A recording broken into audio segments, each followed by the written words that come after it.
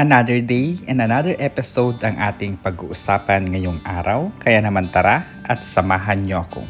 Hello everyone! Kamusta kayong lahat mga kabugis at kamusta ang mga bougainvillea plants nyo? It's Michael here and welcome back to my channel. And Happy New Year guys! And today, I am going to share it with you yung itsura ng aking mini bougainvillea garden and I'm so excited na ibahagi sa inyo yung improvement. Kaya naman tara at samahan nyo akong ipakita ang isa sa mga happy places ko where I always find peace and gratitude. And here is my humble garden and uumpisahan natin dito sa bungad with this beautiful Bijoja series, the golden and the green leaf varieties, together with liwliwang. And I made a separate episode sa mga ito. And kita nyo naman ang layo na ng naging improvement niya from the time na naripat ko sila na wala pang flowers. And look at them now, sobrang abundant na ng kanilang mga flowers.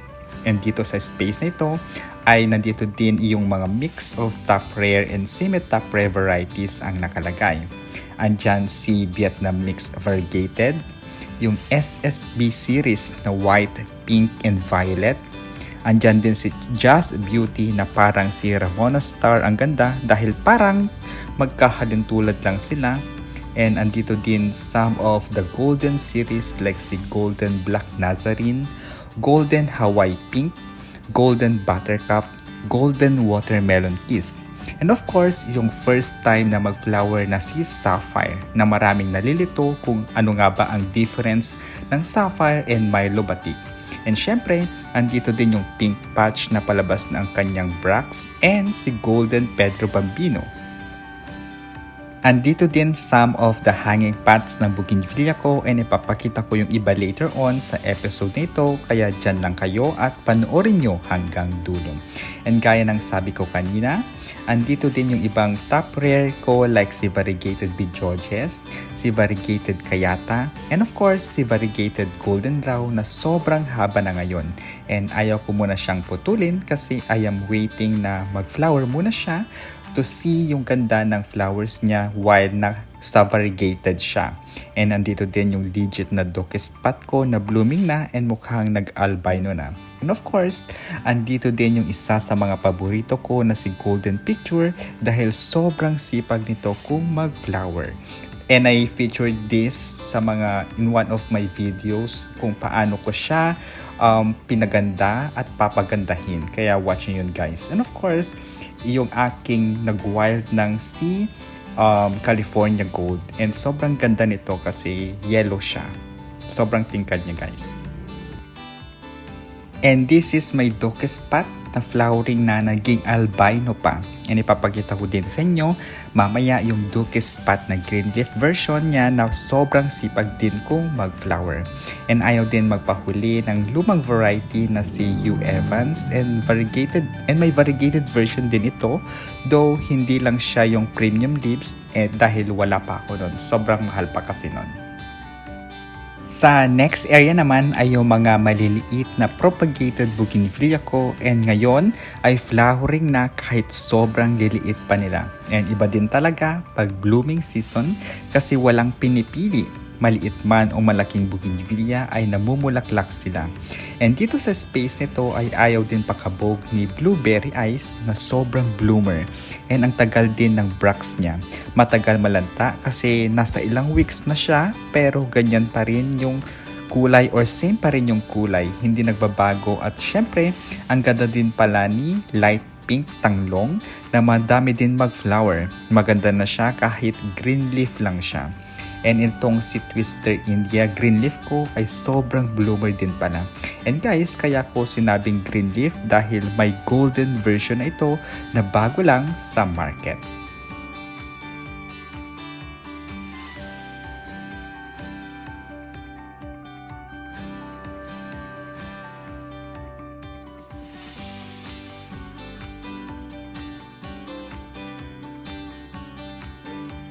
And now naman, pumunta naman tayo sa main garden ko.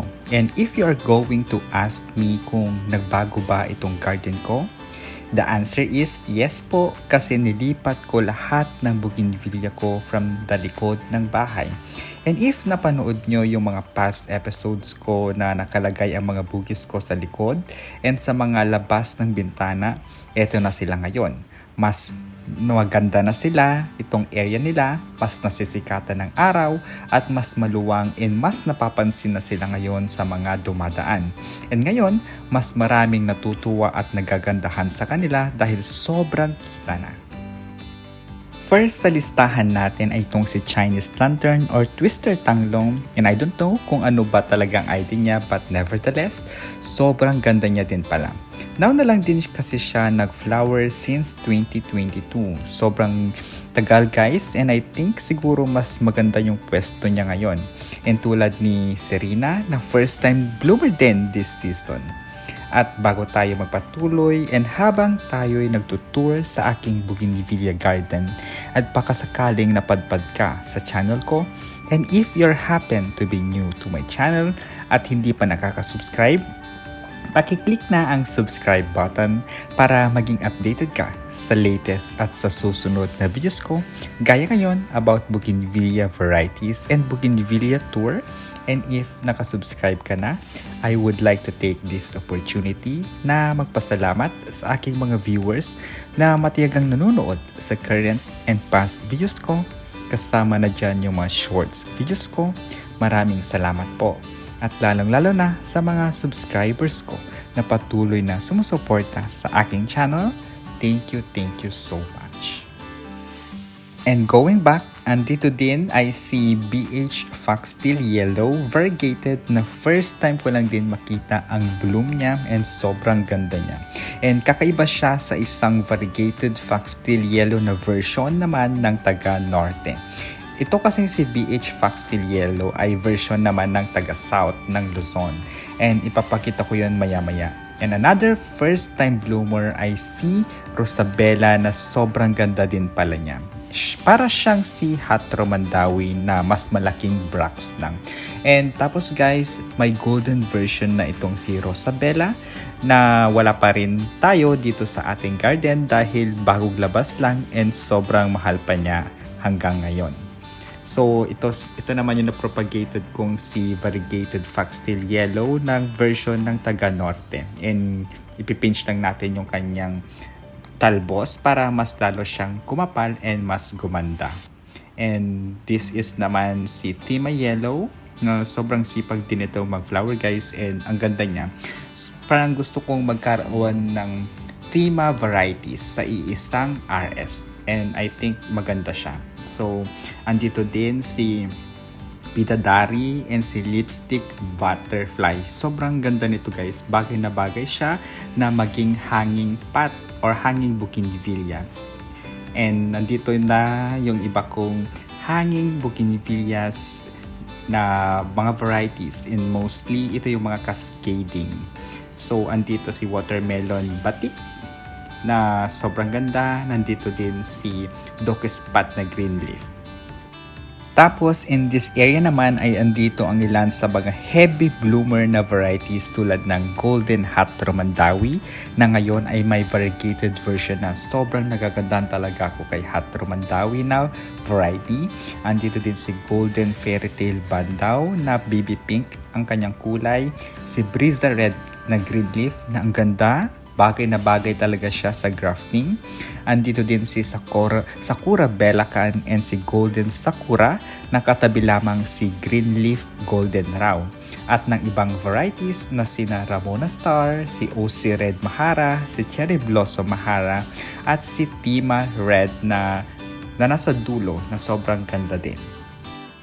And of course, hindi lang bougainvillea ang meron tayo kasi andito din ang aking flowering na kiat-kiat na prutas para maiba naman. And dito sa area naman na ito ay andito sina Variegated Flame Red na bagong ripat lang dahil masyado nang maliit sa kanya yung kanyang paso. And si Mickey na ngayon lang nag-flower since 2024. Kasama niya dito sina Tri-Star and Variegated Violet September na isa din sa mga bloomer pag blooming season.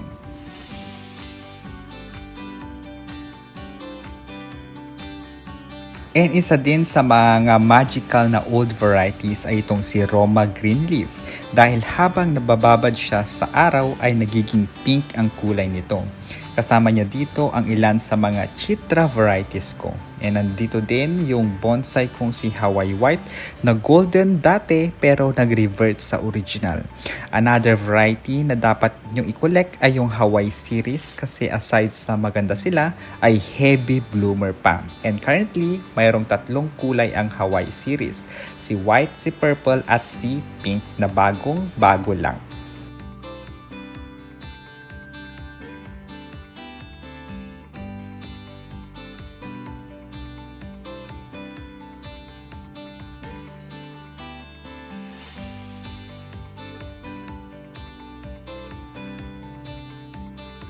Ang next naman natin na area ay itong nasa balcony ng bahay. Unahin na natin itong si Greenleaf Buttercup na dumadami na ang magagandang bracts niya. And alam nyo ba guys, mai-share ko lang, si Buttercup ay madami na ding palang versions. Nauna na dyan yung golden version niya na madami nagreklamo kasi nag-revert ito sa pagka-green. And yung pinakabago at mainit-init pa na versions niya ay yung variegated varieties niya. Andyan si Premium Variegated Buttercup na mahirap daw i-propagate dahil sobrang ganda nito guys. If nakita nyo na siya online, sobrang ganda ng variegation niya, bagay na bagay sa kanyang kulay ng bracts niya na maganda. And andyan din yung si Greenleaf Variegated Buttercup. So parang hindi siya yung premium. Yung variegation niya ay green. Nasa greenish siya. And yung pangatlo ay yung Diamond Buttercup. And alam niyo naman ang Diamond Buttercup. Ang diamond na varieties, diba? And lahat nito ay wala pa ako dahil di ko pa afford dahil ginto pa ang presyo nila.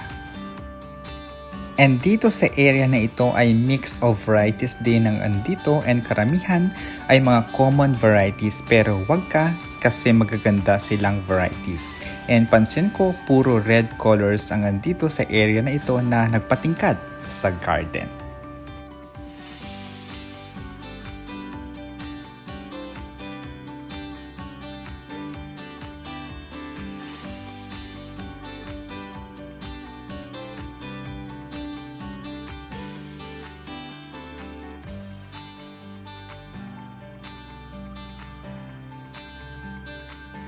Ito naman si Dilima Pink na bago lang sa Dilima series and currently may 4 na kulay na ang Dilima. Ito ang red, yellow, orange and itong si pink. And lahat niyan ay meron tayo dito sa garden. And dito sa area na ito ay andito din yung isang version ng variegated yellow foxtail and si golden kayata magenta na bloomer din at ang gaganda nila.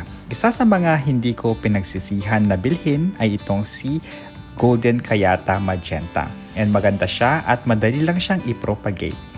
And andito din si Kai na kakaiba ang bracts niya sa ibang bougainvillea varieties. At kasama niya dito sina yellow lemon ginda, red September, si Kilisa Greenleaf na ngayon ay may variegated version na mahal din ngayon. Ang kagandahan naman ni Kilisa ay kumpul-kumpul ang flowers niya na madamihan. Ang daming varieties ngayon na nagsilabasan and lahat yan ay mahal pa. And if isa ka sa mga collectors na gustong magkaroon ng mga bagong varieties ay naiintindihan kita kasi parang ganyan din ako nung una pero as the time passed by, mas natuto ako. Pero I am not discouraging ha. What I am saying is, sayang ang money if mag-buy agad-agad. Why not mag-antay ng konti na bumaba ang presyo? Pero if you have the means naman na unlimited, why not go buy ng mga bagong varieties? Pero kanya-kanya pa rin tayo. Mag-antay, antayin bumaba, or bumili ng bago kahit mahal.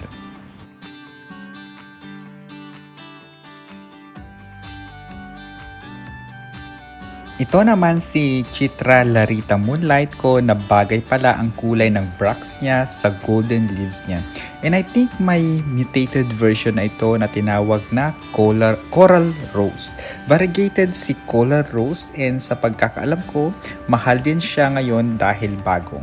And yung pinakabago din na nandito ay si Watermelon Variegated. Meron Watermelon Kiss Variegated na flowering na din and si palipas ng flowers na si Hot Romandawi Greenleaf at yung possible at pa-start naman na si isang version ng Mona Lisa Pink. May isang version din kasi ng Mona Lisa Pink which is yun yung pinaka-legit talaga na Mona Lisa Pink dahil yung dahon niya ay parang plastic na shiny. And ito naman si Strawberry Red ko na revive. So sobrang ang dami na niyang flower ngayon from the past years kasi medyo hindi siya doon pa lang siya nag-recover, so hindi siya naging maganda. At ito naman yung mga propagated ko na malalaking bougainvillea. So nabuhay na yung iba and waiting na lang tayo na magkumapal at gumanda. So sa baba niya yung ibang maliliit na bougainvillea varieties ko na ating inaalagaan. So ilan dyan ay yung mga dating top rare like si Mingitong Baru, si Fly Baits, and etc. etc.